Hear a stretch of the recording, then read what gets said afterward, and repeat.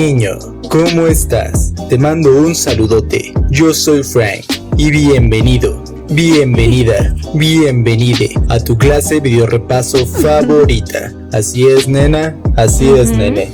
El beat hoy corre por Edgewitch.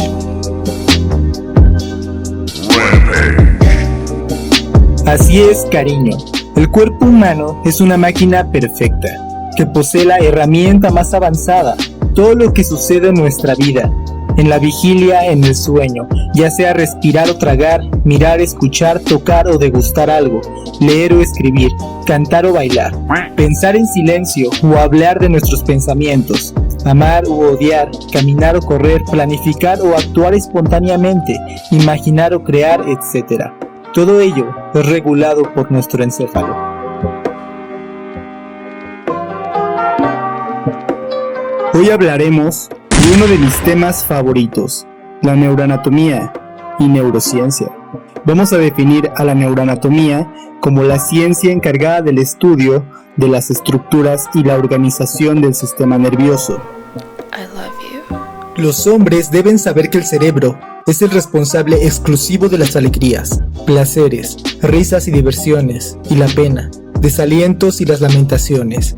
Y gracias al cerebro, de manera especial, adquirimos sabiduría y conocimientos, y vemos, oímos y sabemos lo que es repugnante y lo que es bello, lo que es malo y lo que es bueno, lo que es dulce y lo que es insípido. Y gracias a este órgano nos volvemos locos y deliramos, y los miedos y terrores nos asaltan.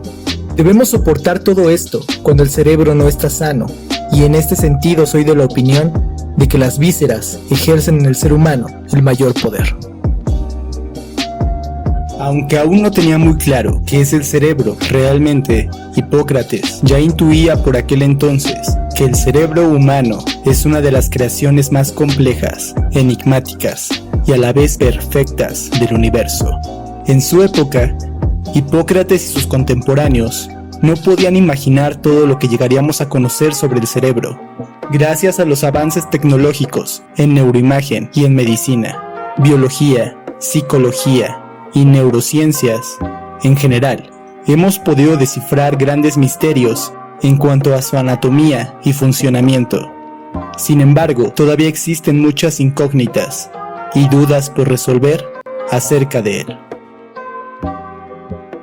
Todos los animales vertebrados tienen cerebro, aunque su tamaño, forma y ciertas características pueden variar mucho de una especie a otra. El encéfalo humano está compuesto principalmente por las siguientes características. Cerebro. El cerebro está formado por estructuras corticales y subcorticales. Las estructuras corticales o corteza cerebral se dividen en distintas áreas: el lóbulo frontal, el lóbulo parietal, la corteza cingulada, el lóbulo occipital, el lóbulo temporal y la corteza insular. Además, estos lóbulos están divididos por la mitad en dos hemisferios, el derecho y el izquierdo.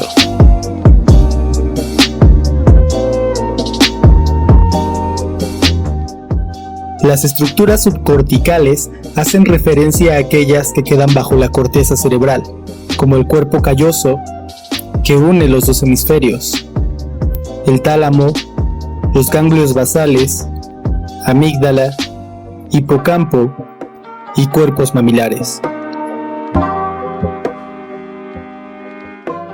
El cerebro es el encargado de integrar toda la información recibida por los órganos sensoriales y así organizar una respuesta.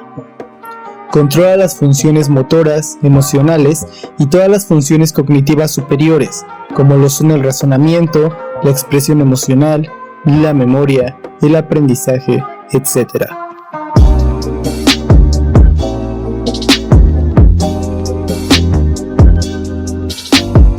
Cerebelo. El cerebelo es el segundo órgano más grande del encéfalo. Está involucrado en el control postural y del movimiento principalmente, aunque también realiza algunas funciones cognitivas.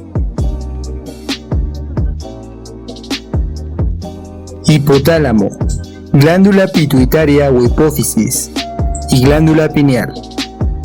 El hipotálamo se comunica con la glándula pituitaria y la glándula pineal a través de la liberación de hormonas para la regulación de la función visceral, como lo son la regulación de la temperatura corporal y comportamiento básico como la alimentación, la respuesta sexual, la búsqueda de placer, la respuesta agresiva, etc.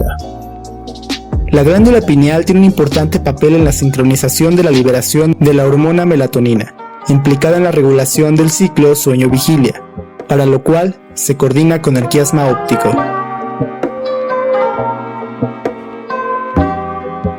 Tronco cerebral. El tronco cerebral comienza en el extremo superior de la médula espinal. Está formado por el bulbo raquídeo, el puente de Barolio o protuberancia y el mesencéfalo.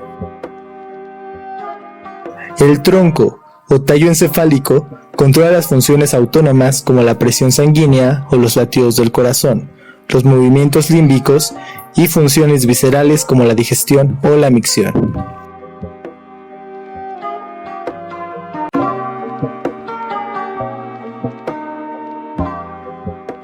Cariño, en el cerebro humano, el córtex cerebral es uno de los más evolucionados y complejos que existen. No solo tiene un tamaño más grande que otras especies, sino que también se dobla y se pliega sobre sí mismo más veces, formando circunvoluciones y surcos que le dan esa apariencia arrugada tan característica. El encéfalo humano tiene un peso aproximado de 1,4 a 1,5 kilos y un volumen en torno a los 1.130 centímetros cúbicos en mujeres y 1.260 centímetros cúbicos en hombres.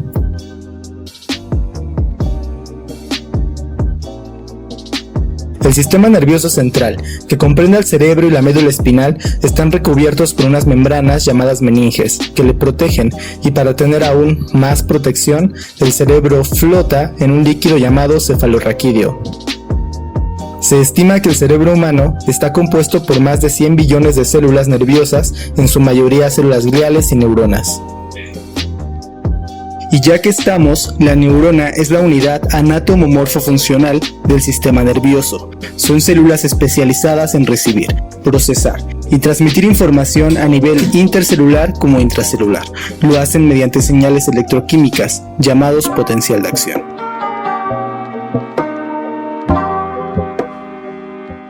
Estructuralmente, las neuronas tienen los mismos elementos citoplasmáticos y la misma información genética que el resto de células del organismo. Aún así, son unas células con unas características muy especiales. Las neuronas están formadas por tres partes: soma, axón y dendritas. Cuerpo o soma.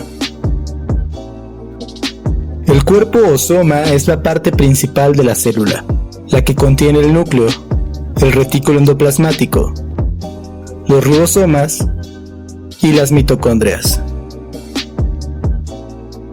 En el soma se realiza la mayoría de las funciones metabólicas de la célula, por lo tanto el soma es imprescindible para la supervivencia de la célula neuronal.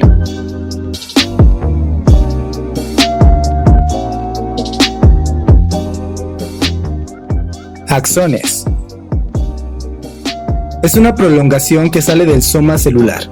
Sería algo semejante a un cable en cuyo fin existen unos botones terminales, que son los puntos donde se produce la sinapsis, es decir, la transmisión de información de una neurona a otra. La longitud de los axones puede variar mucho de una neurona a otra, los hay desde muy cortos hasta muy largos. Algunos axones, sobre todo los de las neuronas motoras y sensoriales, están recubiertos por una capa de mielina, que agiliza y facilita la transmisión de información. Cuanta más mielina contiene el axón, más eficiente será la transmisión del impulso nervioso. Las neuronas que más mielina tienen son las periféricas, que son en las que la información tiene que recorrer caminos más largos.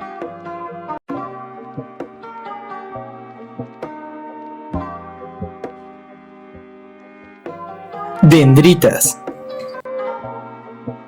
Las dendritas son unas terminaciones nerviosas que salen del soma celular, que se ramifican en forma de árbol. Las dendritas constituyen el componente principal de la recepción de la información y son las que posibilitan la comunicación entre las dos neuronas. También es habitual oír hablar de la sustancia gris y la sustancia blanca del cerebro, que hace referencia a dos partes distintas de las neuronas. La sustancia gris del cerebro corresponde principalmente a los somas y dendritas de las neuronas. La sustancia blanca es la zona donde predominan los axones de las neuronas. Se ve de este color más blanquizco por el recubrimiento que la mayoría de ellas lleva de mielina. Las células gliales son un tipo celular del sistema nervioso. Tienen la capacidad de dividirse en el cerebro adulto y su presencia es necesaria para el buen funcionamiento cerebral. Constituyen el principal soporte estructural de las neuronas. Recubren sus axones con mielina para una mejor transmisión sináptica.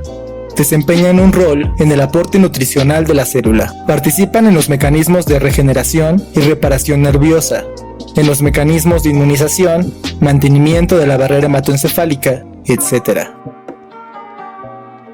Existen varios tipos de las células gliales en el sistema nervioso central, como lo son los astrocitos, los oligodendrocitos y la microglia. En el sistema nervioso periférico, las células de Schwann, las células satélite y los macrófagos. En conclusión, la neuroanatomía es una ciencia compleja que nos permite analizar al sistema nervioso humano y con ello profundizar sobre las estructuras y su organización. Todo esto con el fin de estudiar a un individuo y así poder corregir e incluso optimizar sus capacidades. He aquí su valor, su importancia y lo que hace a la neuroanatomía la ciencia a través de la cual respondemos preguntas del por qué y cómo es que funcionamos. Por eso lo veremos en un próximo video. Cariño. Para seguir aprendiendo más sobre las leyes que influyen en el movimiento, actuar y andar de los seres humanos, te invito a darle a like, suscríbete y activa la campanita. Esto ha sido todo por nuestra parte. Mi nombre es Francisco Olmos, os quiero, os amo, os adoro. Os compro un loro y hasta el próximo video.